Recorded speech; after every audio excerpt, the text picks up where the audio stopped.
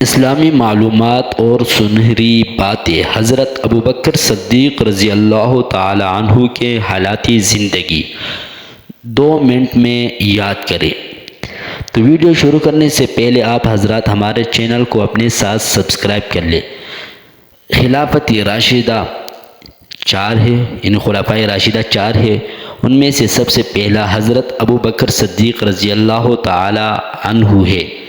632 عیسوی تا 634 عیسوی تک اس نے خلافت کی، یعنی 2 سال بنتے ہیں کچھ مہینے۔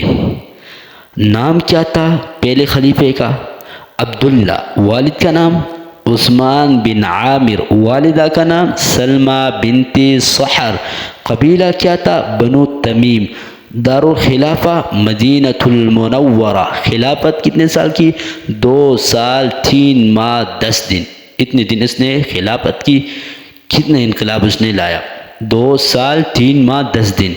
وسعت خلافت 11,02,000 مربع میل، تاریخی خلافت 13 ربیع الاول 11 ہجری، حضرت ابوبکر صدیق کے نام سے مشہور تھا۔ حضرت صدیق نام حضور صلی اللہ علیہ وسلم نے اس کو لقب دیا۔ حضرت ابوبکر صدیق کی نماز جنازہ حضرت عمر نے پڑھائی۔ حضرت ابوبکر کو صدیق کا لقب جبریل سے سفر معراج کے بعد عطا کیا۔